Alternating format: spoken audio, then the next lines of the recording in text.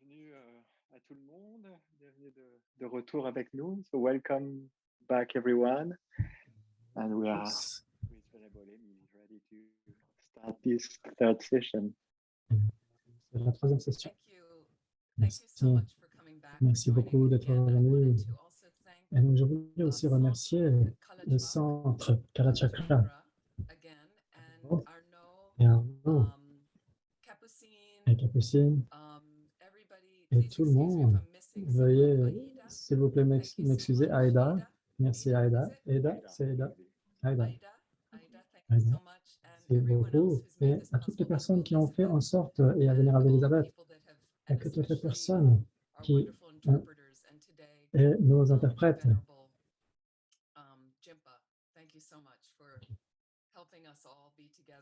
Merci aux interprètes d'être là.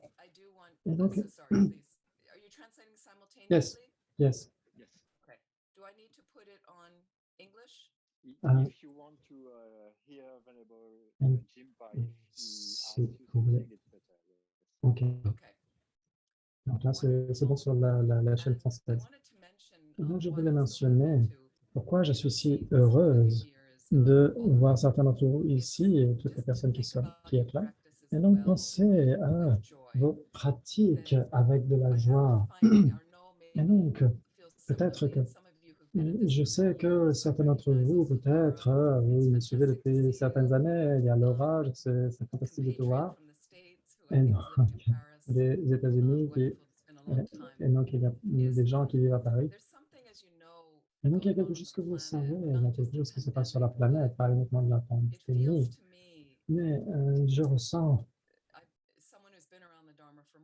quand quelqu'un qui est autour du Dharma pendant une trentaine d'années, est-ce que ça ne fait pas beaucoup quand on y pense, quand on y réfléchit, quand on pense à tous ces ères cosmiques et quand on pense à la renaissance, toutes ces renaissances auxquelles on accède dans le bouddhisme. Donc, toutes les causes et toutes les graines que nous continuons, toutes les empreintes que nous avons dans notre esprit. Et donc, on doit vraiment tout ce qu'on peut faire pour tous les êtres, et regarder tous les êtres qui souffrent de manière plus ou moins bénigne, et regarder comment ils sont plongés dans la souffrance. Et ce que l'on trouve là, c'est quand on a une carrière de 30 à 35 ans dans cette existence, dans le Dharma, je ne savais pas. La vie est un petit peu comme un film de science-fiction. Les personnes qui ne semblent pas pratiquer tant que ça, selon ma vision des choses, quand ça fait les premières 20 ans dans lesquels j'étais dans la pratique du Dharma, pourquoi est-ce que les gens ne se montrent pas? Parce qu'ils sont plus sophistiqués peut-être maintenant.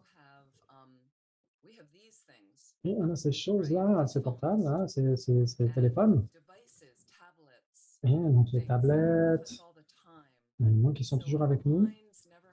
Et donc notre esprit n'a jamais vraiment une chance de se reposer. Et donc, essayez de penser cela dans votre propre existence. Comment est-ce que vous pouvez faire avec la technologie? Quelles sont vos habitudes? Parce qu'on dit que lorsque on entre dans la voie spirituelle, on veut vraiment. Donc, c'est comme essayer de. On a peut-être une aiguille, par exemple. Et non, vous avez l'aiguille et vous avez cette ouverture. On l'appelle en anglais l'œil de l'aiguille. Nous, c'est le chat en français, le chat de l'aiguille. Et donc, l'espace est tellement petit. Et donc, c'est par rapport aux priorités qu'on a dans l'existence. Les empreintes. Et donc, il y a beaucoup de pratiques à effectuer. On est tellement distrait, ça peut être difficile. Et donc, c'est pourquoi nous sommes ensemble aujourd'hui, en ce moment. La plupart d'entre vous êtes des pratiquants de Narayana. Et je réalise maintenant, avec la pandémie en particulier, combien d'êtres éprouvent des difficultés. Et donc, à cause de la pandémie, il y a plusieurs personnes âgées sur la planète que j'appelle régulièrement. On a des réunions sur Skype, etc., sur Zoom. Et donc, des gens qui sont effrayés, des gens qui vous essayez d'aider les gens, etc. Et donc, je trouve que c'est très limité, très limité, bien sûr, sans réalisation, comment aider les gens de manière limitée. Et donc, on essaie d'être inspiré, de développer notre esprit et de faire en sorte que notre esprit soit de plus en plus imprégné d'amour, etc., et de manière harmonieuse. Et donc, notre planète a besoin de cela. Sinon, pour être de moins en moins confus. Et donc, il y a quelque chose de très réaliste, des ajustements réalistes que vous pourriez faire dans votre quotidien maintenant. Et donc, il pourrait vous apporter plus de temps pour la pratique, parce que cela crée une joie plus profonde, c'est mon expérience. Et je sais que ce n'est pas facile, ce n'est pas facile. Et donc, je voulais parler, donc, pendant cette heure de pause. Et donc, après cette heure de pause, on revient. Et donc, où est mon esprit maintenant? Et donc, on peut essayer d'établir une motivation assez rapide. Notre esprit, c'est toujours un petit peu là, notre motivation. On peut toujours revenir se rappeler cette motivation. Et donc, par exemple, on peut laisser peut-être une petite note sur le réfrigérateur. On peut laisser une petite note, un petit post-it, se dire, mais dans quel état je suis maintenant, dans quel état d'esprit. Et donc, est-ce que ma motivation est tournée vers le sort d'utilisateur ou pas? Donc, on pourrait ne pas réaliser bodhicitta, mais il faut commencer quelque part. Et non plus on entraîne cette habitude de notre esprit, et plus on fait en sorte que cette motivation soit vertueuse et donc elle laisse des empreintes plus positives. Et donc, c'est juste pour vérifier. Okay. Just please let me know if it's too fast, if you don't understand a word. If there's a word, then just let me know. Thank you so much. Merci. Okay. We were looking at obstacles. Et donc, on va regarder les obstacles. Et donc, quand on a un obstacle par rapport à la joie, bien sûr, ça vient toujours, on a mentionné la peur, l'anxiété, l'envie, la colère. Donc, au début, c'est une forme de pleine conscience basique, en fait, de vigilance basique, de faire la pause. Et donc, c'est de faire en sorte d'être en pause. Et donc, c'est comment la pleine conscience ou l'attention, la vigilance basique fonctionne. Et donc, de nos jours, la pleine conscience, c'est de plus en plus populaire à travers le monde. Mais ce n'est pas vraiment le dharma, honnêtement. Sa sainteté, quand il a rencontré John Kabat-Zinn il y a plusieurs années, qui est l'initiateur de la pleine conscience. Et sa sainteté était très enthousiaste. Et il avait dit à John, qui est un gars très gentil, et il lui a dit, c'est merveilleux, mais ne l'appelez pas de dharma.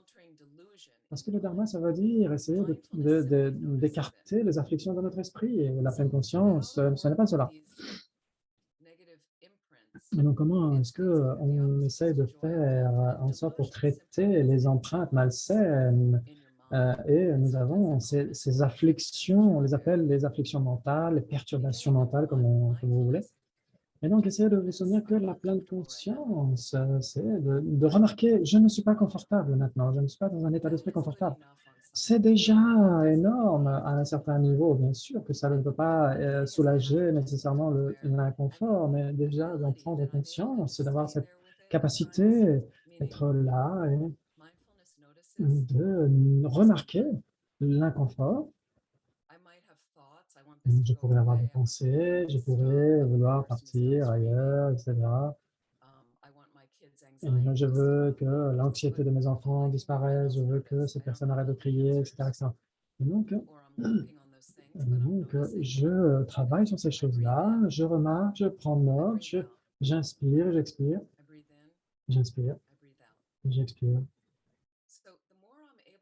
Donc, plus je suis capable de demeurer avec cet inconfort de temps en temps, cela devient de plus en plus confortable, honnêtement. Et une grande part de ma pratique spirituelle devient plus confortable. Et donc, je ne dis pas qu'il faille être confortable avec sa colère, etc. Mais c'est d'essayer de voir comment les choses viennent en vous dans le samsara, comment est-ce que notre esprit a des difficultés à réaliser la vérité, etc., à avoir la véritable nature du samsara. Samsara, ça veut dire le cercle, ça veut dire la souffrance cyclique en sanskrit. Et donc, il faut essayer d'être attentif. Et donc, ça, c'est vraiment une pratique très simple qu'on peut employer. Et donc, il faut déjà être plus attentif. Ensuite, c'est quelque chose qu'on peut évoquer. Essayez de voir qu'est-ce qu'on peut faire pour changer la dynamique, le scénario, le récit. Et donc, on va essayer d'examiner les choses. Est-ce que ça fonctionne pour moi? Est-ce que cela engendre une attitude plus saine, des habitudes plus saines ou pas? Et si vous voyez que c'est le cas, faites-le à nouveau, encore, encore et encore. Et donc, ce que dit Lama Zopa Rinpoche, c'est quelque chose qui est artificiel, on s'efforce de développer, c'est ce que va dire la pratique. Et donc, tout ce que l'on pratique, c'est s'efforcer, comme un joueur de tennis. On s'entraîne encore, encore et encore, ce n'est pas naturel encore. Mais à un certain moment, on devient suffisamment bon pour que notre esprit se dirige naturellement vers cela. Et c'est la même chose avec nos émotions, nos états d'esprit. Et donc, il faut pratiquer suffisamment, employer un certain comportement pour faire en sorte qu'un jour cela devienne non artificiel ou que cela devienne automatique, naturel ou spontané. Pour faire qu'un jour la bodhicitta devienne naturelle, etc. Et donc, c'est pourquoi nous devons continuer à pratiquer. Il faut d'abord être pleinement attentif. Peut-être que vous aimez le comportement que vous avez. Avec le point numéro 2, c'est de faire un petit bilan, d'essayer de voir comment est-ce que ça va, est-ce que c'est juste plus heureux ou pas. Et, le numéro 2, c'est peut-être que ce n'est pas un bon comportement, et donc je ne suis pas heureux avec ça. Et donc je vais essayer quelque chose de différent. Et d'essayer de voir les autres aspects, et donc d'essayer de voir comment ça fonctionne. Et si ça fonctionne bien, le numéro 3, c'est faites-le encore. Pleine conscience ou attention. Essayez de changer vos habitudes si vous en avez besoin et de changer vos habitudes encore et encore et encore si vous voyez que ça fonctionne. Quelque chose d'assez simple. Parce que parfois, on rend la voie spirituelle un peu plus complexe. Et donc, si je fais une erreur, j'essaie de le voir comme étant une opportunité pour se transformer, pour grandir intérieurement. Et donc, c'est une autre façon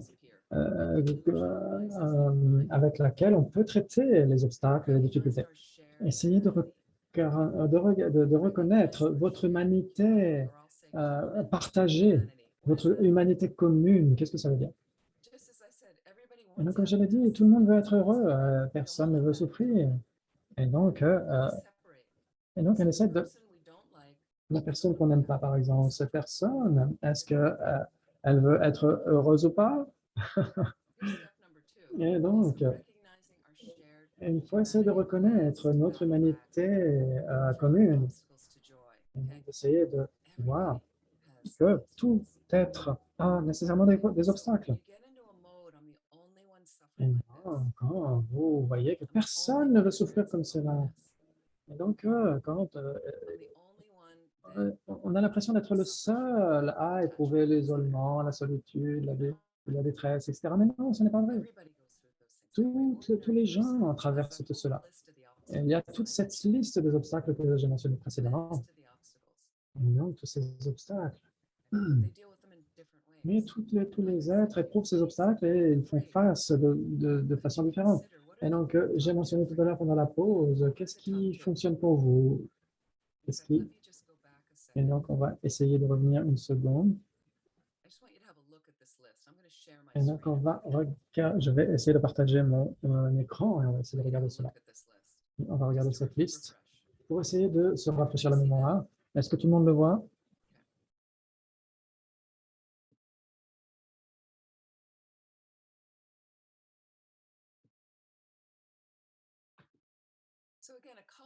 Et donc, il y a certains points ici, ces points fondamentaux. Et donc, certaines personnes sont plus jalouses, plus envieuses des autres, et d'autres personnes ont plus de solitude, par exemple.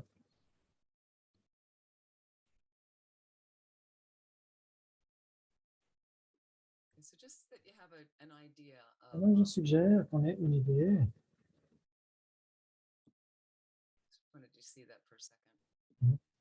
Essayer.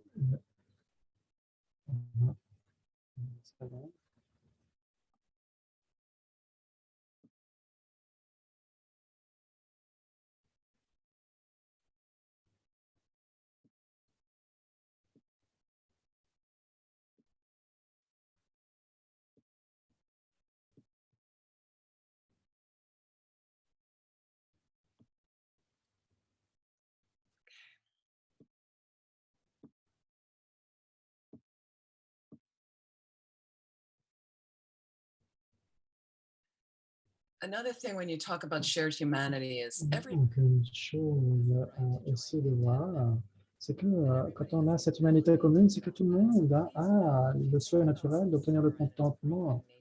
On de voir aussi comment les samsaras a cette nature vicieuse, viciée d'une certaine manière. Voir que c'est lourd et on devient un peu paralytique. Et on se dit, ah, mais je ne peux rien faire par rapport à cela. Mais vous pouvez vous sortir de samsara de manière constante. Vous pouvez obtenir la libération, le nirvana, qui est la cessation permanente, la fin totale et définitive de souffrance samsarique.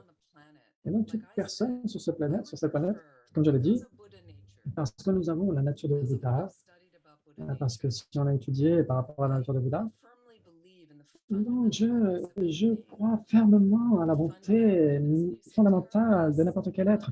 Les terroristes, vous pouvez parler de Poutine, etc. Et là, vous pouvez, comme on l'a mentionné hier soir, comment est-ce qu'on peut voir les choses de manière différente, les personnes de manière différente, avoir de la compassion pour les personnes qui semblent être les causes de nos problèmes, etc. Et donc, la première citation que j'ai lue hier, dans le sens où tout le monde est l'enfant de Dieu. Et chaque enfant a une nature divine d'une certaine manière. Chaque être a une nature divine. Et donc, si on fait confiance à cela, comme quoi c'est présent chez n'importe qui, et même si quelqu'un se comporte de manière tellement malsaine et tue d'autres personnes, etc., on peut essayer de se dire que cette personne peut avoir une seconde chance. Il y a un joyau à l'intérieur de chacun des êtres, et même si de manière malheureuse, ce joyau peut être recouvert d'obstacles, d'obscurcissements tellement épais. Mais ce qui fait la différence de votre propre côté, mais non, on ne peut pas apporter tout le monde dans sa maison et on ne peut pas. Bien sûr qu'on peut, on peut prendre soin des autres de manière très pratique, mais il faut essayer de voir les autres, observer les autres. Et souvent, ce que l'on remarque, combien d'êtres, personnes sont dans la lumière de votre cœur, dans votre quotidien, et combien de personnes vous conservez dans l'obscurité, combien de personnes vous ne voyez pas, vous ne regardez pas. Et donc, dans notre pays, et j'imagine que vous avez la même chose en France, quand la pandémie a commencé, il y avait ces mots en anglais, des travailleurs essentiels, des professions essentielles. C'était un terme qui était employé. Mais non, mais pour les gens sont toujours essentiels. Maintenant, moi, je parle des gens qui, par exemple, qui vident les poubelles, etc., qui nettoient par terre, qui conduisent les bus, etc., et qui nettoient la rue, etc. Les gens qui font ces travaux un peu ragoûtants, souvent, la plupart du temps, on ne le regarde pas. Et donc, quand j'étais dans mon bureau, etc., et les gens qui travaillaient tard, qui venaient, il y avait les gens qui venaient nettoyer les bureaux, etc. Mais combien d'entre nous a créé des relations amicales avec ces personnes? Et il y avait des gens qui ne connaissaient même pas leur nom. Comment s'appelle cette personne qui fait le ménage?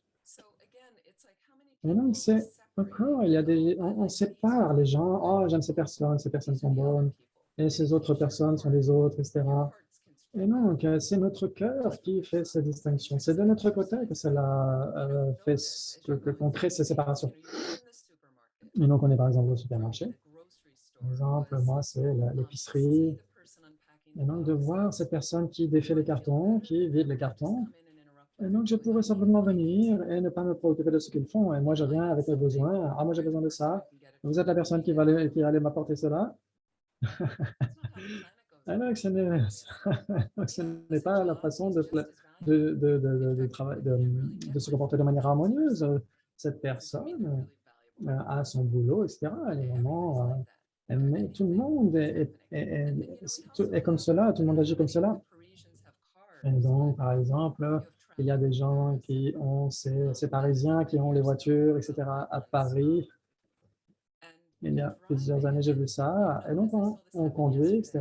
Donc, c'est arrivé hier. J'ai vu ça. Quelqu'un qui avait klaxonné d'autres, une autre personne, cette autre personne qui s'est trompée de voie dans la rue, etc. Et tout le monde le klaxonnait. En faisant une remontrance, pourquoi est-ce que tu as changé de voie si rapidement, etc. Mais quand on regarde, donc c'était une personne plus âgée. Et quand on est plus âgé, parfois on conduit et on est un peu plus confus. Et donc on a tellement peu de compassion, on ne sait même pas quelle est l'expérience de l'autre personne. On impute sur l'autre personne et on se dit, moi, les autres doivent conduire comme moi je conduis.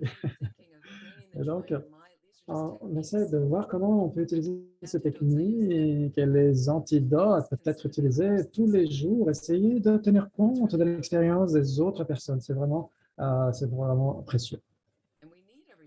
Et nous avons besoin des autres personnes, nous avons besoin des autres personnes. Nous dépendons des autres personnes. Et donc, Rinpoche parle beaucoup de... Rinpoche disait que les Bouddhas dépendent des êtres conscients. Les êtres conscients, ça veut dire quelqu'un qui possède une conscience. Et donc, ça veut dire souvent des êtres ordinaires qui n'ont pas de réalisation directe de la vacuité. Quand on a une réalisation directe de la nature de la réalité, de la façon dont les choses existent véritablement, à ce moment-là, on devient un arya, une personne noble, donc qui ont une vue différente de la nôtre, mais qui nous inspire et qui nous aide sur la voie. Et ce sont des êtres arya, des nobles, mais nous sommes plutôt des êtres ordinaires, dans le sens des êtres conscients, dans le sens être ordinaire. Et donc, les êtres ordinaires ont une conscience limitée. Et Rinpoche dit que les Bouddhas dépendent des êtres conscients pour obtenir le réveil. Et donc, on pourrait se dire, mais pourquoi ils dépendent des autres êtres? Ils sont éveillés. Mais les Bouddhas viennent des Bodhisattvas. Les Bodhisattvas, ce sont des saints, en fait. Et pour être un saint, un Bodhisattva, on a besoin des autres êtres, puisqu'on a besoin des autres êtres pour développer la compassion et se développer pour eux. Et donc, comment est-ce qu'on pourrait devenir un Bouddha sans les êtres conscients? Donc, les Bouddhas dépendent des êtres conscients. Mais donc, ça, c'est vraiment, nous sommes tous connectés de cette manière. Et donc, d'avoir la valeur chez n'importe quel être. Et donc, ils peuvent vous montrer une leçon, vous enseigner une leçon, vous montrer votre propre esprit.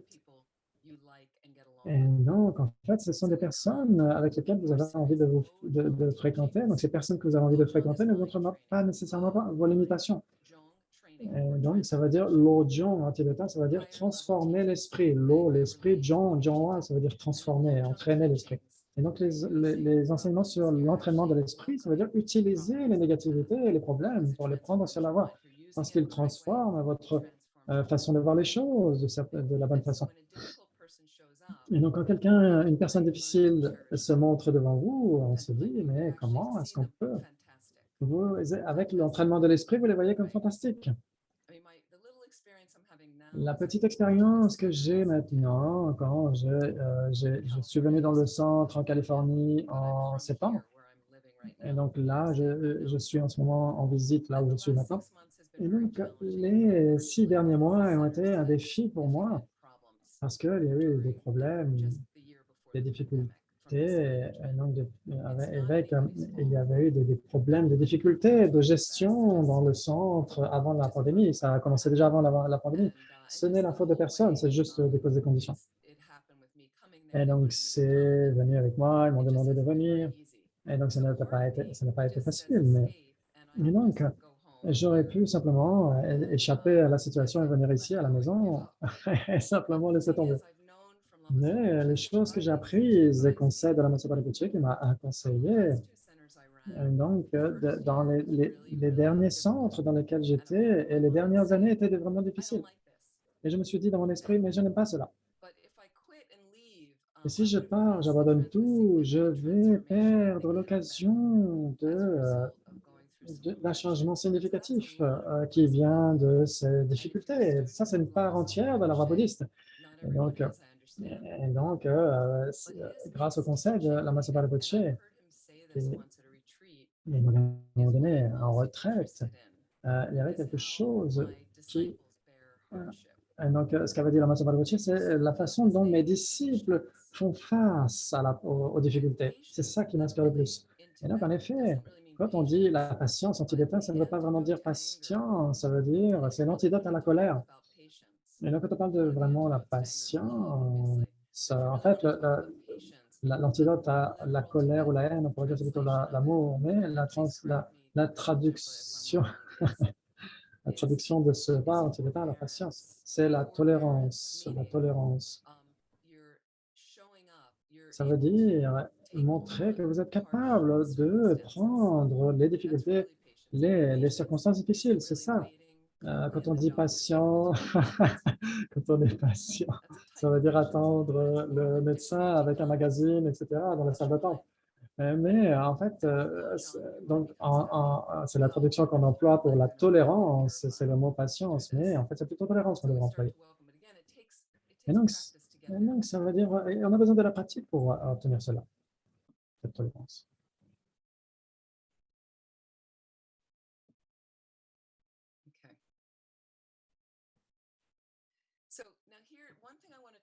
Et donc, là, on va commencer à voir les obstacles que quelqu'un peut rencontrer, par exemple l'anxiété. Mais donc, nous avons tous des peurs, nous avons tous de l'anxiété, ces mécanismes qui nous ont aidés à survivre. Et donc, quand quelqu'un est sujet à la peur, à l'anxiété, à l'angoisse, à l'inquiétude, etc., et donc ce que l'on peut essayer de voir, c'est que quand nous étions dans les temps préhistoriques, les gens qui étaient dans les grottes, qui vivaient dans les grottes, et ils avaient des dinosaures, etc. Après les dinosaures, et donc ils étaient dans une réalité très difficile. Et donc, la façon dont les animaux survivent maintenant, vous pouvez voir comment ils sont en train de manger, mais en train de regarder autour d'eux pour voir s'il n'y a pas un autre animal qui est prêt à les manger eux. Et donc, c'est la façon dont les êtres survivent. Et donc, mais c'est une protection, en fait. Hein. C'est une façon de voir, quand vous regardez votre stress, vos angoisses, vos inquiétudes, vos anxiétés, c'est de voir que c'est un petit peu dans nos gènes, c'est dans nos cellules, c'est une tendance de survie. Et donc, depuis, il y a ces résistances qui sont là, qui font en sorte que vous pouvez vous développer. Donc, quand on grandit, il y a ces résistances. Quand les dents commencent à pousser dans les gencives, ça fait mal. Ça fait mal, c'est de la résistance. Et donc, c'est là où on commence à voir que les choses font partie de la façon dont on survit, en fait. Hein. C'est tout simplement, ça fait partie des mécanismes de survie. Et donc, cela permet d'éviter les attaques de panique. Et donc, ce sont juste des états naturels.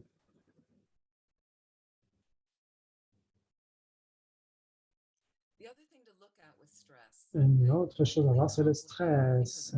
Et donc, souvent, on complique les choses avec nos espoirs, avec l'ambition. Et donc, c'est quelque chose qu'on peut voir quand on regarde une vidéo avec sa santé, par exemple. Et donc, j'ai vraiment aimé comment sa sainteté a dit. Un journaliste avait posé une question, un conseil très basique, et sa sainteté a dit, et donc pour être authentique, et donc sa sainteté a dit, ne soyez pas compétitif, ne soyez pas dans la compétition. Et donc, parce qu'on peut être dans une famille, je me suis rendu compte dans une famille de compétition, où il fallait être le meilleur de cela, le meilleur en ceci, la meilleure en cela, etc. Et donc, on a bien sûr des difficultés avec les autres. C'est pas simplement comment est-ce que moi je fais en sorte pour être le meilleur. Et on regarde les autres et je regarde l'autre qui est, lui, il est meilleur que moi ou elle est meilleure que moi. Je dois faire meilleur que ces personnes. Et donc, c'est toujours dans difficultés. Et donc, j'ai fini par me sortir de cela pour faire en sorte que mes ambitions soient plutôt dans l'équilibre intérieur et le bonheur. Et donc, c'est vraiment authentique, on est tout simplement un plus gentil, on est meilleur. Donc, il faut faire attention à nos espoirs. Parfois, nos espoirs sont irréalistes. Et donc, on se met de la pression sur soi-même et on met la pression sur les autres. Regardez vos ambitions. Il y a des gens qui ont plus d'ambition que d'autres et ça peut créer aussi des situations anxieuses et pleines de stress.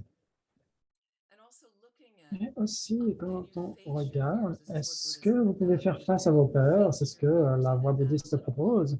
D'une manière analytique, avec votre méditation analytique, la personne avec qui j'ai travaillé, j'étais intimidé, j'étais un petit peu effrayé. Et donc, en faisant face, mais quel est vraiment le problème? Cette personne souffre exactement comme moi. Cette personne va être heureuse exactement comme moi. Et donc, il faut apprendre, Nelson Mandela avait appris et qu'il a appris le courage qui n'est pas l'absence de peur, mais qui est de surpasser ses peurs, de faire face à ses peurs, et donc de conquérir ses peurs.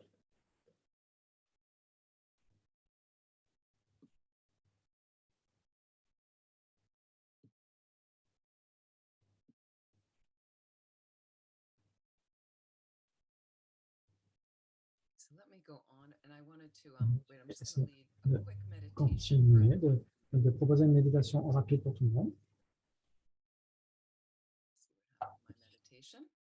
Je retrouve ma méditation. Traiter avec les obstacles. Les obstacles tels que la peur. Donc, essayez de vous asseoir confortablement. Et aussi, je vais présenter. Ça fait partie de la philosophie africaine. Certains d'entre vous qui avaient lu le pouvoir de la joie, il y a ce terme Ubuntu. Ubuntu. Une personne est une personne parce qu'il y a d'autres personnes. Et donc, c'est l'interdépendance. Une personne est une personne à travers d'autres personnes. Alors, simplement, comment est-ce qu'on prend soin des autres êtres? Comment est-ce qu'on pense aux autres êtres? Comment est-ce qu'on pense aux autres? Et donc, j'ai remarqué que dans les cercles bouddhistes, quand je travaillais avec les gens, souvent, ils savaient, et c'était assez nouveau pour moi de travailler dans des organisations dans lesquelles je ne travaillais pas avant. Et donc, je croyais vraiment dans la bonté fondamentale des autres. Et parfois, j'avais des contacts avec des gens et donc, j'avais des peurs très lourdes par rapport à certaines personnes. Et quand je les connaissais un peu mieux, je me rendais compte que c'était des bonnes personnes qui avaient traversé des difficultés très sévères dans leur vie. Et donc, on essaie simplement de voir comment est-ce qu'on se révèle soi-même aux autres, comment on travaille avec les autres. Et donc, j'ai vu qu'en effet, les gens font des erreurs, mais je croyais vraiment dans la bonté fondamentale des êtres. Et donc, ces personnes étaient quand même des fauteurs de troubles. Et donc, quand on est bouddhiste, on n'est pas encore un Bouddha. Quand on est bouddhiste, on n'est pas encore un Bouddha, on n'est pas encore parfait. Et donc, parfois, on se dit, ah, si je suis bouddhiste, je devrais toujours être cool, jamais avoir des pensées malsaines, vous avez des autres, mais ce n'est pas réaliste. Et donc, j'ai remarqué dans les derniers mois avec cette personne caractérielle, d'une manière très lente, j'ai vu que ma relation avait un peu changé avec cette personne qui, de toute façon, était juste une personne difficile. Quand on pense à Ubuntu, ce lien universel, ce partage qui connecte tous les êtres humains, cette connexion interne, si on essaie de se connecter à cela par rapport aux obstacles qui à la joie. Comment Ubuntu est l'antidote aux souffrances créées par les obstacles. Essayez donc de vous asseoir confortablement.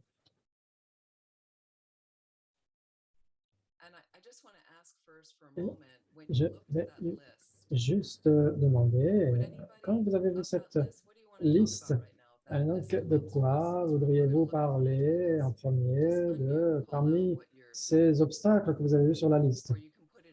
Et donc, vous pourriez le mettre dans le chat si vous voulez. Hein. La colère, par exemple. Ça, c'est c'est un bon obstacle. On va regarder la colère. Est-ce qu'il y a quelqu'un qui a eu la peur? Et donc, on en a un petit peu parlé de la peur jusqu'à maintenant, mais on va parler de la colère.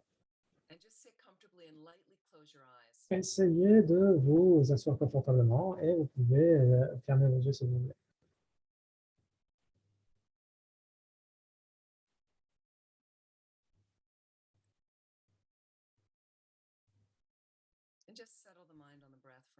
Essayez simplement d'établir votre esprit sur la respiration pendant un temps.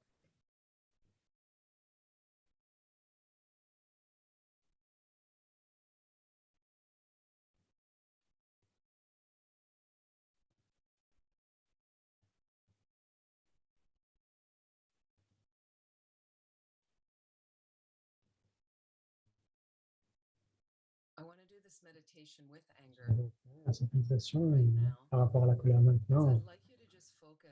Simplement, j'aimerais que vous focalisez sur une personne. Ça peut être la semaine dernière ou le mois dernier, une personne qui a créé des problèmes dans votre existence, qui vous a vraiment irrité. J'aimerais que vous aimiez simplement penser à une personne que vous connaissez, avec laquelle vous avez interagi, ce serait mieux. J'aimerais que vous vous placiez vous-même en face de cette personne au moment de la dernière interaction négative que vous avez eue avec.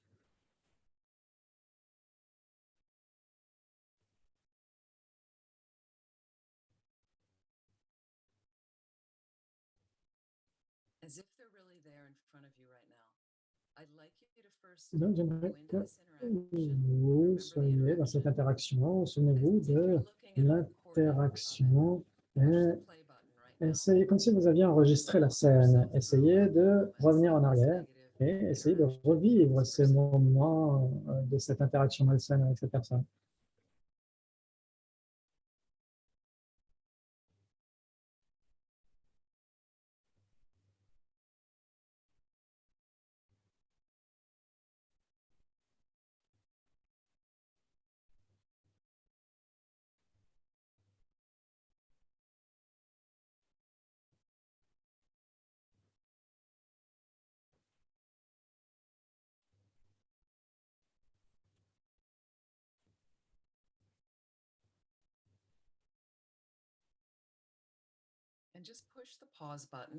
Essayez d'appuyer sur pause. Votre scène enregistrée s'arrête. Et essayez de remarquer votre sensation. Essayez de remarquer dans quel état vous êtes.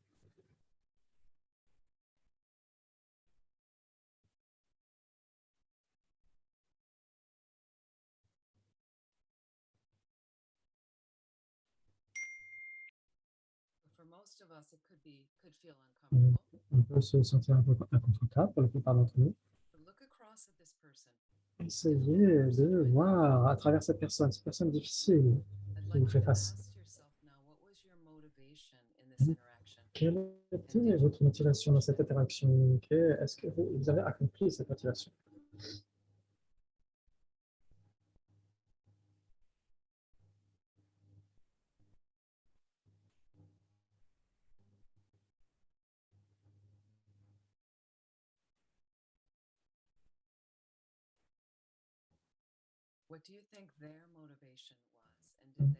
Pensez-vous de la motivation de cette personne? Pensez-vous qu'elle a accompli cette motivation?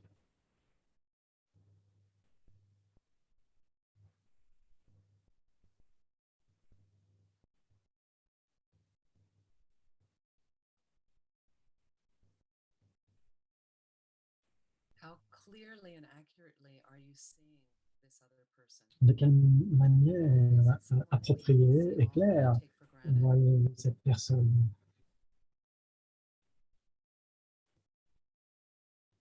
Est-ce que c'est quelqu'un que tout le monde désigne comme étant une personne hostile, une personne caractérielle? Est-ce que tout le monde n'importe quand, on voit cette personne de cette manière quand vous la voyez.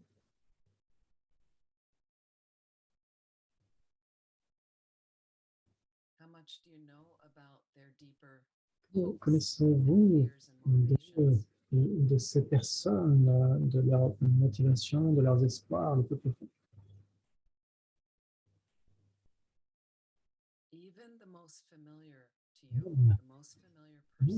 Même la personne qui est le plus familière avec vous. Il y a toujours quelque chose à révéler. Même si vous êtes persuadé de tout connaître de cette personne, elle peut toujours vous surprendre.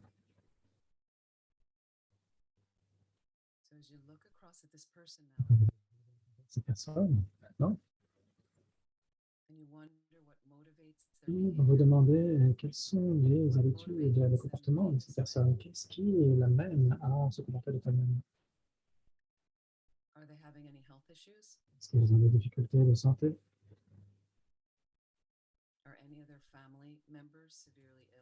Est-ce que quelqu'un de la famille est tombé malade? Gravement? Est-ce que ils ont perdu l'un de leurs proches? Est-ce qu'ils ont des difficultés financières? Est-ce qu'ils ont leur boulot? Est-ce qu'ils ont perdu leur moyen de subsistance? Est-ce qu'ils ont des difficultés relationnelles?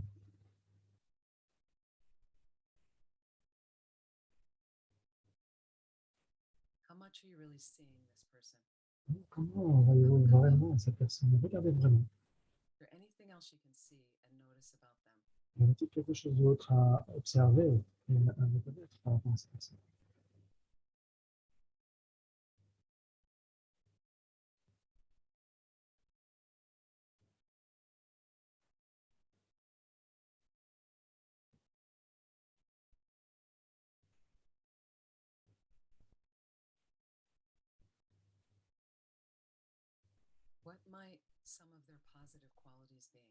Quelles pourraient être certaines de leurs qualités positives? Essayez de les observer maintenant.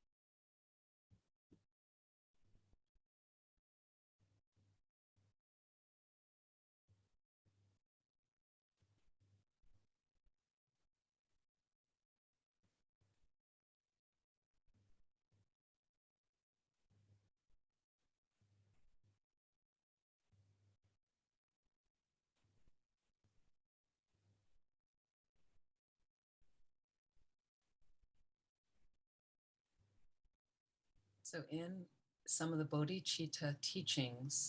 des enseignements sur la bodhicitta, une des méthodes les plus secrètes pour développer la bodhicitta, qu'on appelle l'égalisation et l'échange de soi avec autrui. On fait l'échange comme si nous étions l'autre personne. On pense à ces autres personnes de la façon dont nous pensons à nous-mêmes.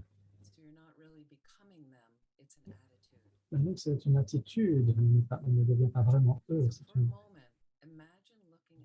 Pour un moment, essayez de voir les choses à travers leur regard à cette interaction.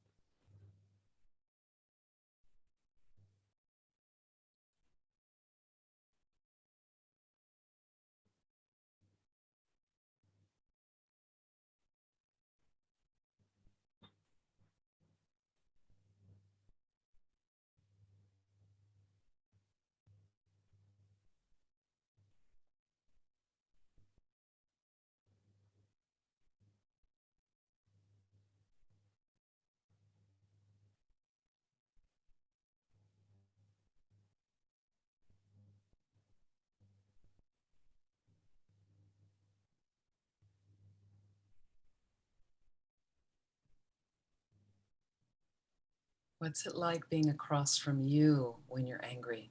Et donc, essayez de voir comment vous êtes en colère vous-même. Comment ça ressemble de croiser votre chemin quand vous êtes en colère.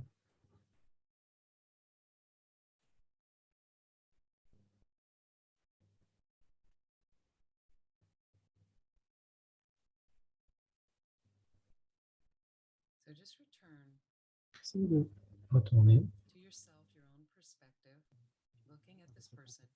perspective quand vous regardez ces personnes. Has anything changed Est-ce qu'il y a about quelque this chose person? qui a changé par rapport à cette personne dans votre esprit?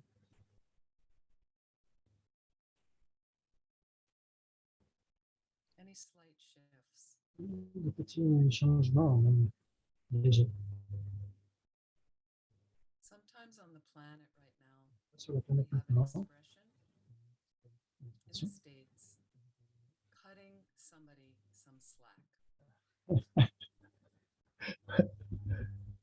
ouais, So yeah, cutting somebody some slack je veux is dire, kind of giving them a break now and then. à donner une pause, c'est une période difficile pour cette personne, et on fait tous des erreurs. So instead of jumping on someone Au lieu de sauter sur cette personne tout de suite immédiatement, parce qu'ils ont fait une erreur, ils m'ont irrité, ils ne sont pas parfaits. sometimes you just kind of go, all right, Alors, on se dit, OK, he's doing it again, but okay, I can accept. donc, je peux accepter un petit peu. Je peux Does that make accepter. sense? Est-ce que ça fait sens? You just look across at that person Regardez cette personne, observez à travers cette personne.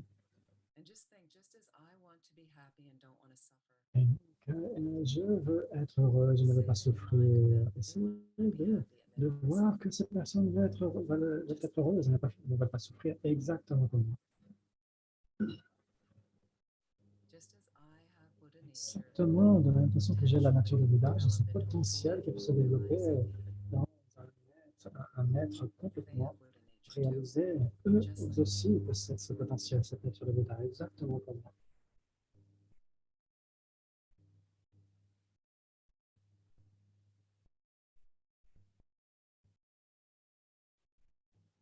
Just as I am confused Exactement de la même façon dont je suis confuse par rapport aux situations où mon esprit est exactement cette personne. and if I'm confused due Je to suis the confuse. delusions in my mind, due to those obstacles to joy in my mind, Et ces obstacles qui font then how am I empêchent so la sure joie of dans mon seeing this esprit. person accurately Et and seeing the whole ces situation? obstacles qui m'empêchent de voir cette personne exactement de la manière la plus appropriée.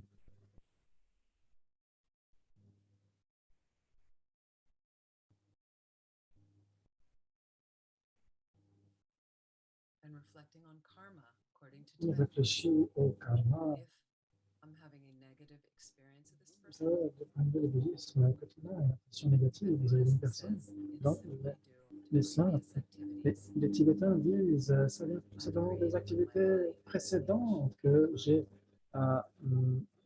effectuées par mon corps, ma parole et mon esprit. Comme je l'ai dit hier, Buddhism requires le you or bouddhisme likes you to be an inner nous being. inspire à I être want to take responsibility quelqu'un of de my mind, l'intérieur, quelqu'un qui prend la responsabilité de son atmosphère intérieure, participate actively in quelqu'un qui participe activement à son karma, c'est-à-dire choisir de manière sage les actes compatissants. to use the activities Employer les of my activités body, speech, and de mind mon corps, de ma parole et de mon esprit, in more and more virtuous de ways, manière de plus en plus vertueuse, so that they don't have negative experiences and nous, negative pour people. qu'on n'ait pas à expérimenter ces expériences négatives avec d'autres personnes. So if I look at the cross at this person and think Si about je karma, regarde à travers ces personnes et que je pense is au there karma, anybody to blame? y a-t-il qui que ce soit comment dire, sur Or does it come from my quelques mind? personnes que ce soit à qui porter la faute, Difference in my qui, mind qui que ce soit à blâmer. for Est-ce que my je peux blâmer les unhappiness, autres de my mon discomfort? malheur, de mon inconfort? I'm also not blaming myself. Moi, je ne me blâme pas non We plus need moi-même. self-compassion Nous on avons this besoin de path. compassion aussi pour soi-même sur cette voie, I'm taking responsibility. sur cette Somehow responsabilité. the seeds got imprinted. Cette manière, Negative seeds. et The only reason les is I was graines malsaines pourront être remises en question Ces graines malsaines sont là, mais parce que à cause de l'ignorance, à cause de la confusion, à cause des habitudes, il y a ça dans mon esprit et c'est tout. Et je peux modifier cela. Et je travaille sur cela. Si je fais de mon mieux, à ce moment-là, il n'y a rien de plus à faire. Et donc, tout cela, ce sont tous ces antidotes différents que vous pouvez appliquer pour réduire l'irritation, la frustration, la colère. Et donc, pour essayer de réduire tout cela, essayez de reconnaître cette personne. Essayez de revenir au début de cette interaction avec cette personne. Essayez d'imaginer. Vous appuyez sur play à nouveau, exactement sur la même scène. Et donc, essayez de vous souvenir de ce qu'a dit cette personne, de ce que vous avez dit. Essayez de votre propre côté d'avoir un comportement plus vertueux.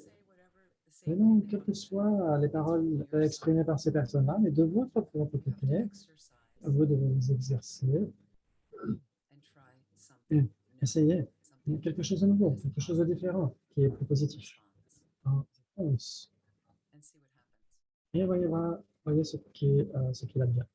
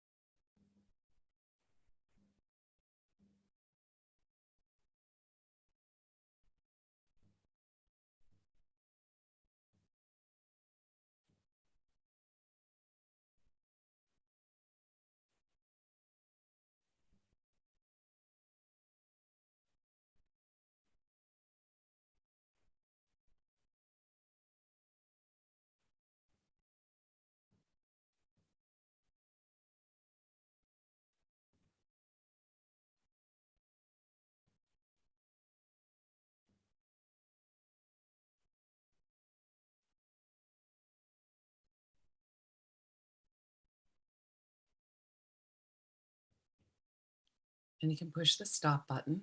Vous pouvez appuyer sur le bouton stop et observer cette personne maintenant.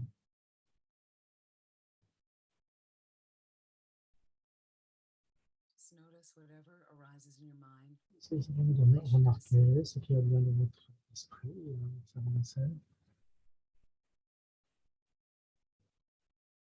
And acknowledge this person right now in any way you'd like before we release them back into the space from which they came.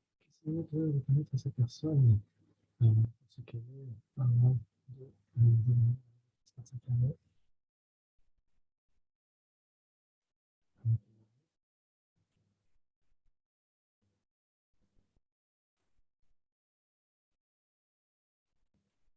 And slowly allow them to go. Just Laissez returning aller, yourself to your space where you're sitting. revenir. Ça, laisse passer.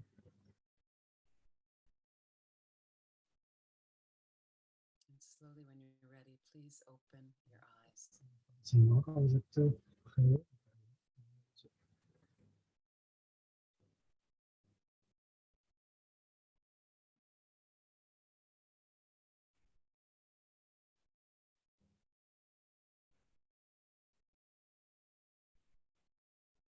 Any questions or comments? And I wanted to ask also, is the meditation helpful? j'aimerais aussi vous demander, est-ce que cette méditation est utile avec la colère, la frustration? Did anybody have any shifts with the person? Est-ce que vous avez des changements par rapport à cette personne ou est-ce que c'est plutôt la même chose, la même impression que vous avez?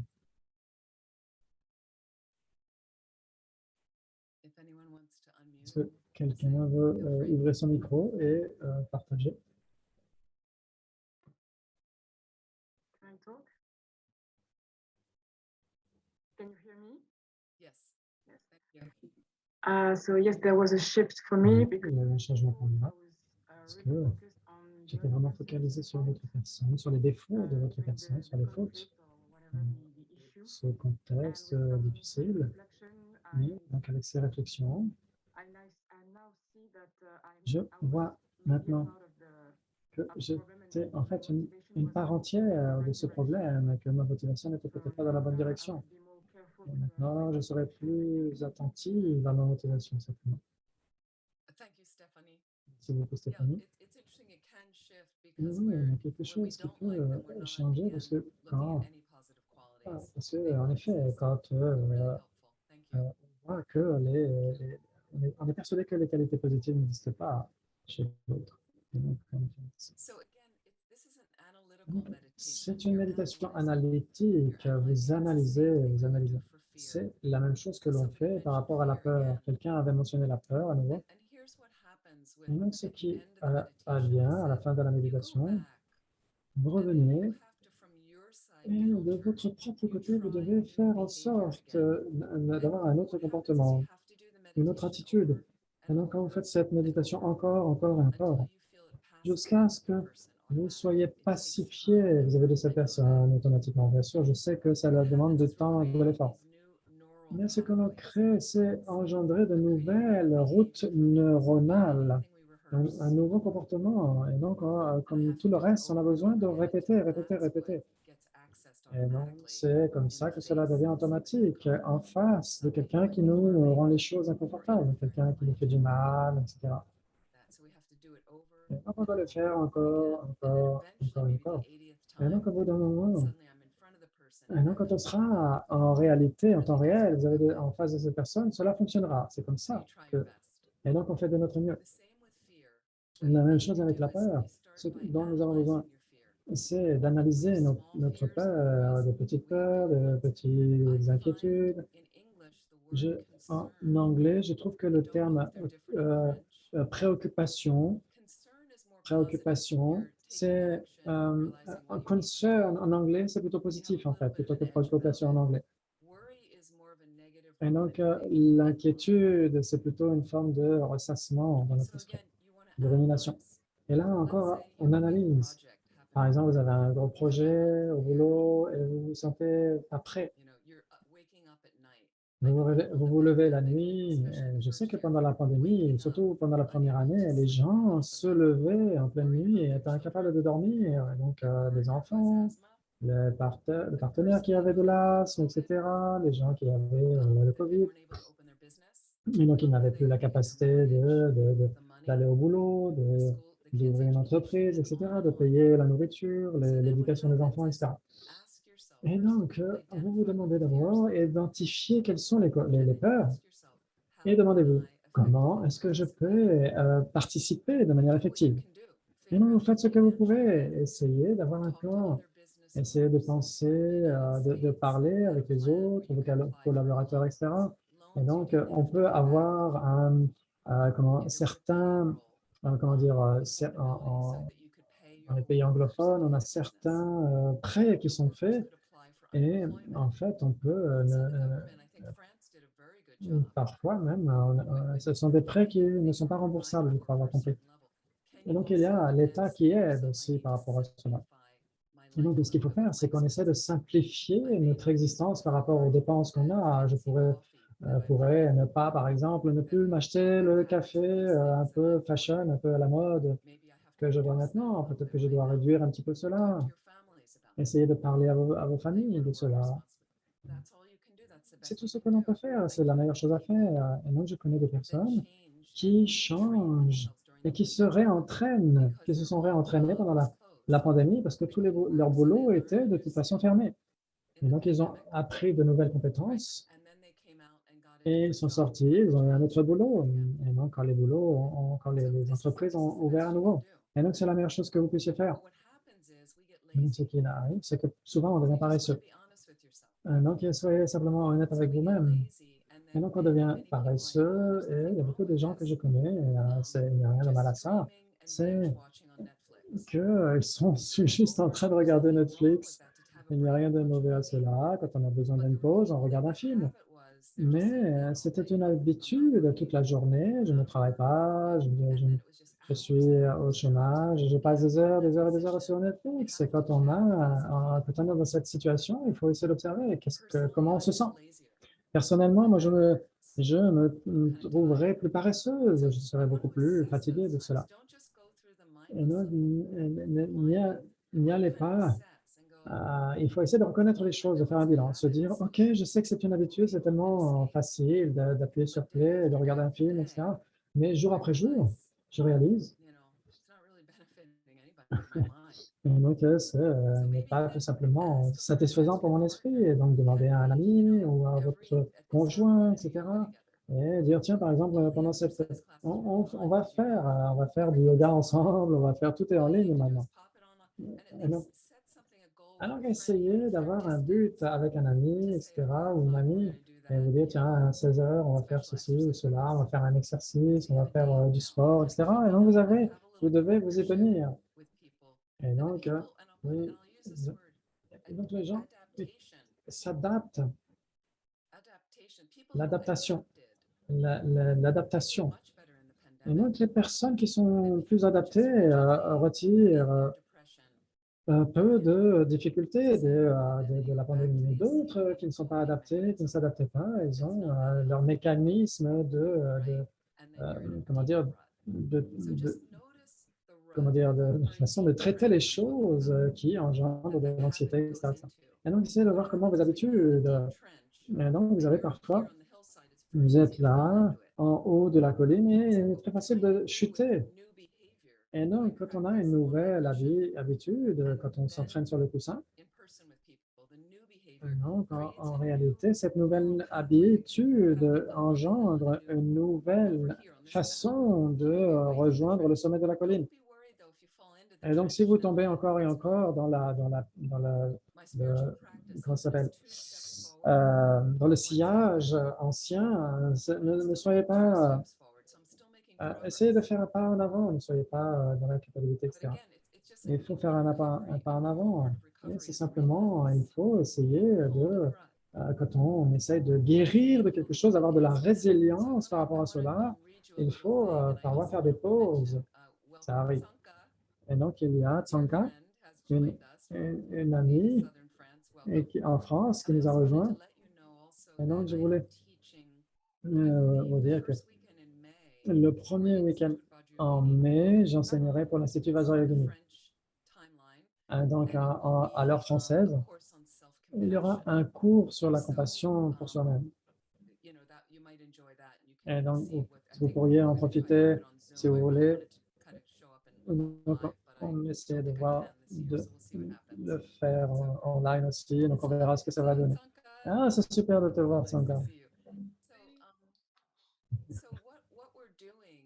Et donc, ce que nous faisons, quand nous faisons face à la peur, avant que cela devienne paralysant, et donc qu'on soit dans la dépression, etc., parfois on a besoin d'aide. Tout simplement, on peut avoir besoin d'aide d'un thérapeute professionnel. C'est très utile d'avoir une personne objective à qui on peut parler de ces choses-là. Et l'une des choses que implique le fait de parler à quelqu'un d'autre, il y a plein de gens que je connais mais qui parfois ne sont pas si équilibrés et n'ont personne à qui parler. Et donc, ça peut être très utile malgré tout. Plutôt que de garder les choses à l'intérieur, dans votre esprit, cela aide à exprimer, ça veut dire partager ses idées.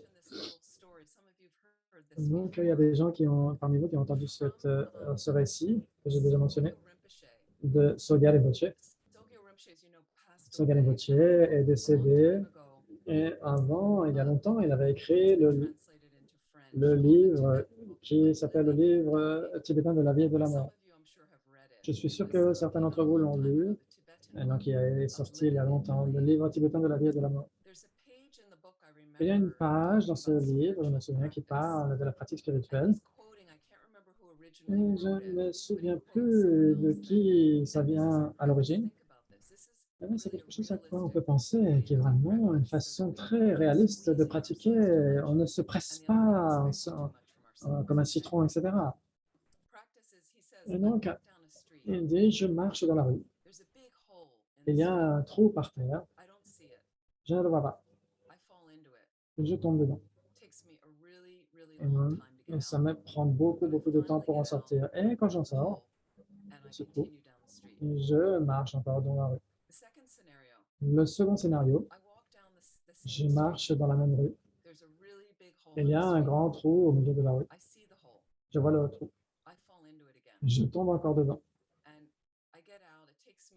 Et encore, c'est encore un petit peu plus facile de m'en sortir cette fois-ci et je continue à marcher dans la rue. Le troisième scénario, c'est que je marche dans la rue, dans la même rue. Je vois ce gros trou au milieu de la rue et là, je le contourne. Et je continue à marcher dans la rue. Le 4, je choisis une autre rue. Donc, c'est vraiment la pratique. Il faut essayer de réaliste soi-même avec les autres. Soyez réaliste avec vous-même. Cela prend du temps maintenant. Il faut essayer par exemple, moi, je suis aux États-Unis. J'ai vécu dans différents endroits. Et les États-Unis, c'est un endroit assez difficile. Ça peut être un défi de vivre là. Et donc, il y a les complexités les plus difficiles parfois. Donc, il y a des choses tellement glorieuses aussi ici, mais la culture, comme vous le savez. Et donc, on ne veut pas faire trop d'efforts, on veut recevoir un colis, etc. Et donc, pour les Américains, c'est difficile parfois parce que et donc, je trouve que les gens, après des mois de classe, disent « Et je suis toujours en colère ». Comme si ça devait être,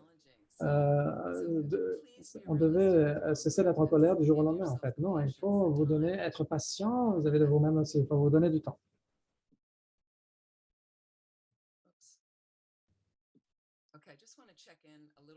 Alors, on va essayer de regarder un petit peu ces questions. Et donc, est-ce que vous avez besoin de 5 minutes de pause? Comment ça va? Est-ce que ça va? Est-ce que tout le monde est OK? OK, on continue. Et donc, on doit finir dans 20 minutes. Est-ce que ça va si on continue un petit peu plus? Parce qu'on a perdu un petit peu de temps tout à l'heure. On va essayer de garder 15 minutes en plus? OK. OK, si on a besoin. Donc, bien sûr, vous pouvez faire votre propre pause, etc. Je voulais mentionner qu'il y a quelqu'un qui a tourné sa caméra, qui a éteint sa caméra. Et donc, vous pouvez, vous pouvez la garder allumée, c'est bon. Votre question maintenant. Est-ce qu'il y a des questions? Laura? Bonjour, Vénérabe, c'est super de te voir. Moi aussi, ça fait longtemps. Ça fait longtemps. J'ai une question par rapport, tu as mentionné par rapport à la peur. Comment est-ce qu'on va analyser nos peurs? Tu as dit la préoccupation d'une certaine manière, c'est positif et l'inquiétude, c'est négatif. Est-ce que tu pourrais parler un petit peu plus? Comment est-ce que tu peux utiliser ces termes avec l'analyse aussi? Je vais te donner un exemple maintenant. Le centre dans lequel je travaille, j'ai certaines préoccupations. Et donc, je suis concerné. En fait, c'est peut-être mieux de le dire comme ça en français. Je me sens concerné par rapport. Je suis vraiment très concerné par la situation plutôt sérieuse de ce centre. Bien sûr, il y a plein de centres qui ont des difficultés avec la pandémie, donc c'est naturel. Mais aussi, j'essaie de garder cette humanité commune que nous avons tous. Je ne suis pas la seule à faire face à ces difficultés. Quand les gens se réveillent la nuit, etc. Par exemple, moi, je ne me réveille pas tant que ça la nuit. Et donc, la raison pour laquelle je ne rumine pas dans les inquiétudes la nuit, etc., quand je me réveille, etc., c'est tout simplement de faire avec l'équipe du bureau, etc. Et donc, je suis le boss du bureau. Ils veulent que je sois la boss. Et donc, au bout d'un moment, j'ai dit oui, si c'est utile, etc. Et donc, je fais du mieux que je peux. Je suis un être conscient, j'ai des limitations et parfois je dis aux membres du bureau, il y a des gens, on donne nos opinions, etc. Et je dis, non, tout simplement, je ne sais pas quoi, enfin, je ne sais pas quoi ajouter. Et donc, c'est la meilleure chose que je puisse faire. Donc, c'est le fait de me sentir concerné. Les inquiétudes, ce serait de tourner en rond et en rond, de ruminer. La rumination, c'est par rapport au passé. Et donc, j'ai pensé que l'anxiété, ça pourrait plutôt être par rapport à l'avenir, ce qui va venir.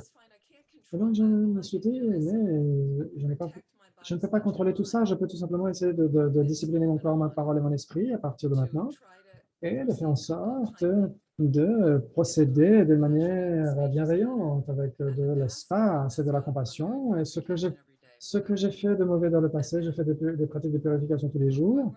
Et pourquoi m'inquiéter? Mais non, je me sens concerné. Donc, c'est plutôt se sentir concerné plutôt que la préoccupation. C'est plus positif.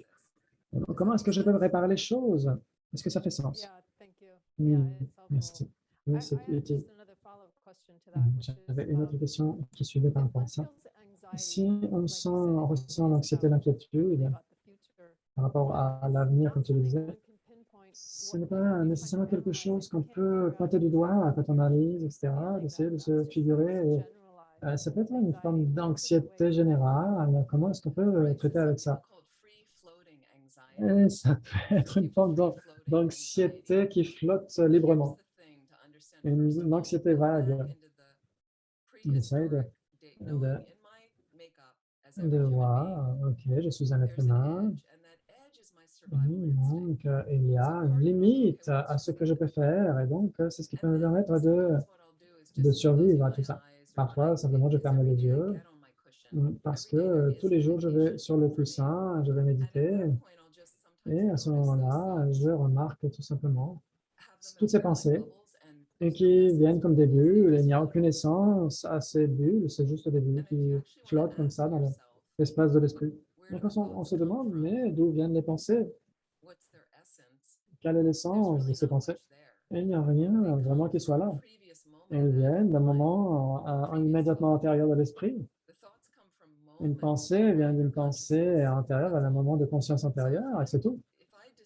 Et donc, si je décide de donner plus de focalisation et d'alourdir ces pensées, d'en faire des pensées de préoccupation, à ce moment-là, elles vont donner des atteintes beaucoup plus lourdes dans mon esprit et je ne veux pas de cela. Et donc, parfois, on y pense trop. Est-ce que ça fait sens? Oui, oui, merci. Et donc, c'est simplement la façon dont, tout simplement, ce sont des pensées d'angoisse, d'inquiétude qui flottent dans l'esprit, etc. Et si on regarde ce qui se passe sur la planète, donc ce sont des temps très intéressants qui sont plein de défis. C'est un défi pour plein de gens de cette époque moderne. Et donc, qui pensait qu'on allait vivre une pandémie, etc. Et donc, on vit dans un film de science-fiction. Donc, je le ressens comme ça. Et donc, quand on regarde la crise climatique, en plus de cela, c'est vraiment un film de science-fiction. Je ne pensais pas, je n'espérais pas cela au cours de ma vie. Mais c'est là. Et les signes étaient là. Il y a 20 ans, est-ce que c'est il y a 20 ans, oui, à peu près, j'ai visité un ami en Suisse. Et on a fait un tour dans les montagnes, et lui, il est suisse. Et à un moment donné, on s'est arrêté, et il m'a montré cette vue magnifique dans les montagnes, et il m'a dit, en 40 ans de vie, il a dit, ah, le glacier, là, il allait jusqu'en bas, et donc beaucoup plus bas, la même saison. Et il a dit, maintenant, il est tout en haut. Et donc, en 40 ans, il a remarqué cela. Quand il était petit, etc., il avait la différence. Donc, on voit le signe. Et donc, on a juste on a une forme de dénigrement par rapport à une dénégation par rapport à tout cela. Mais la raison pour laquelle j'ai dit cela, ce sont des temps intéressants, c'est une période intéressante, parce que cela a engendré ma curiosité, je suis devenue curieuse, plutôt que de porter des jugements. Pourquoi est-ce que personne ne répare cela? Comment est-ce que les États-Unis, comment est-ce que les gens peuvent conduire des voitures qui consomment autant de pétrole, etc. Et donc, au lieu d'être en colère et dans le jugement, j'ai essayé d'être un petit peu plus curieuse. Et donc, de voir comment est-ce que je choisis de participer et comment est-ce que je peux faire de mon mieux, parce que je ne peux pas changer les autres, mais je fais de mon mieux. Et donc, c'est comme ça que j'essaie de traiter un petit peu cette anxiété qui flotte librement. Est-ce que ça fait sens? On va continuer. Merci. Et donc, on va parler des 8 piliers de la joie.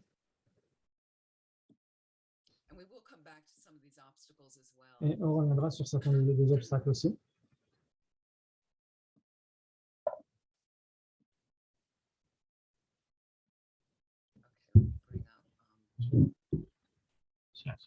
Merci.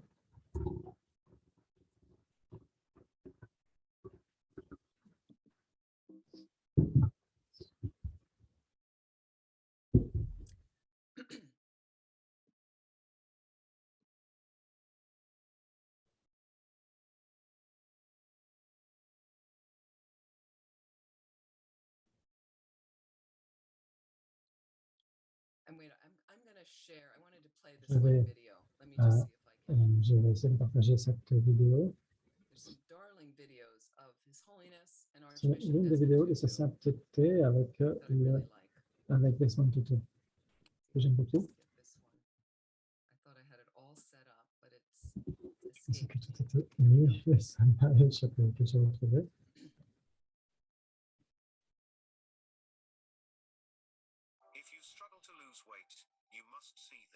Et donc, si... Ah, ça doit être une pub.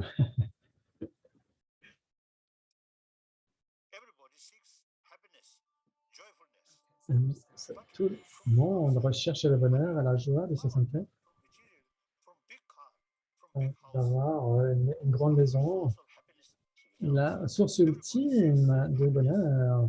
Tout le monde recherche le bonheur, la joie, mais de l'extérieur, de l'argent, du pouvoir, des possessions, d'une grosse voiture, d'une grande maison.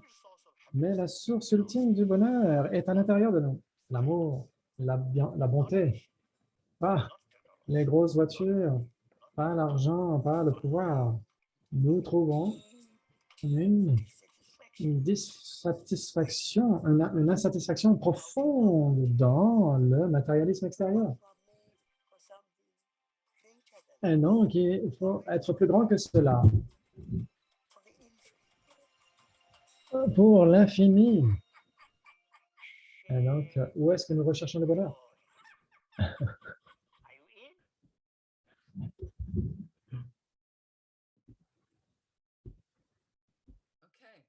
Okay. Est-ce que vous êtes? Vous avez vu ça? Quand on y réfléchit en général, désolé.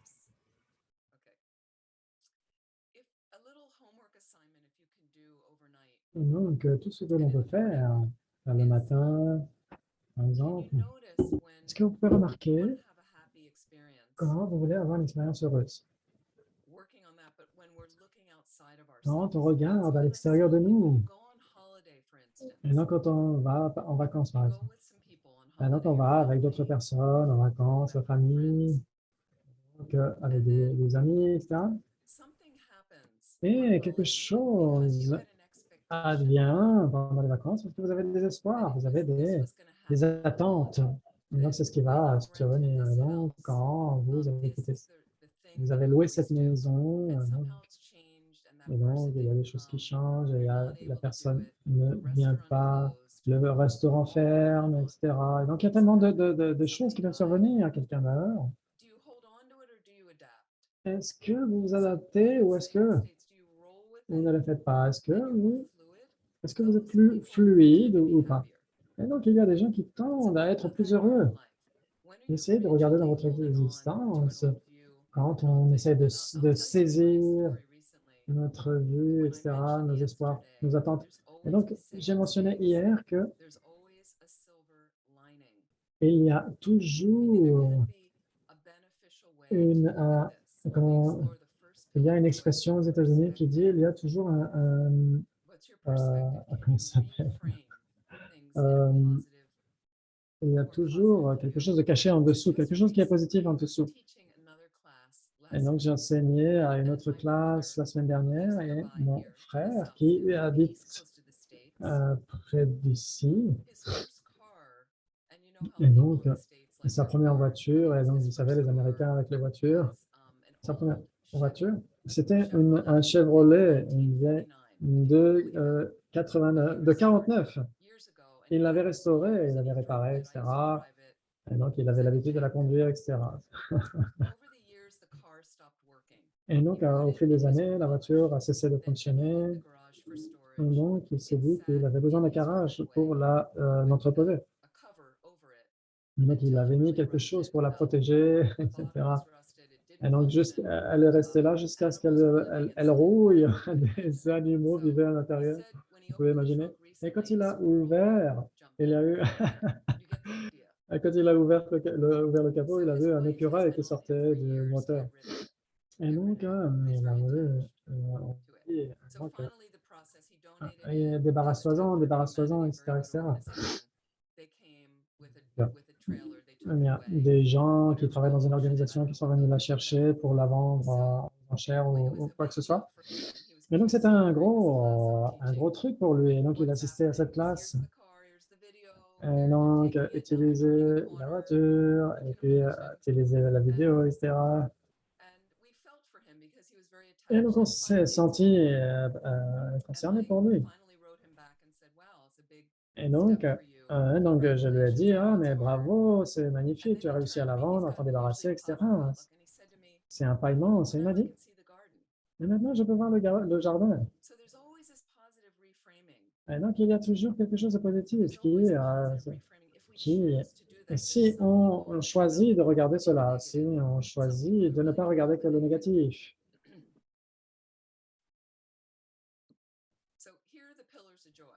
Et donc, les piliers de la joie. Donc, je vais partager mon écran pour qu'on regarde cela.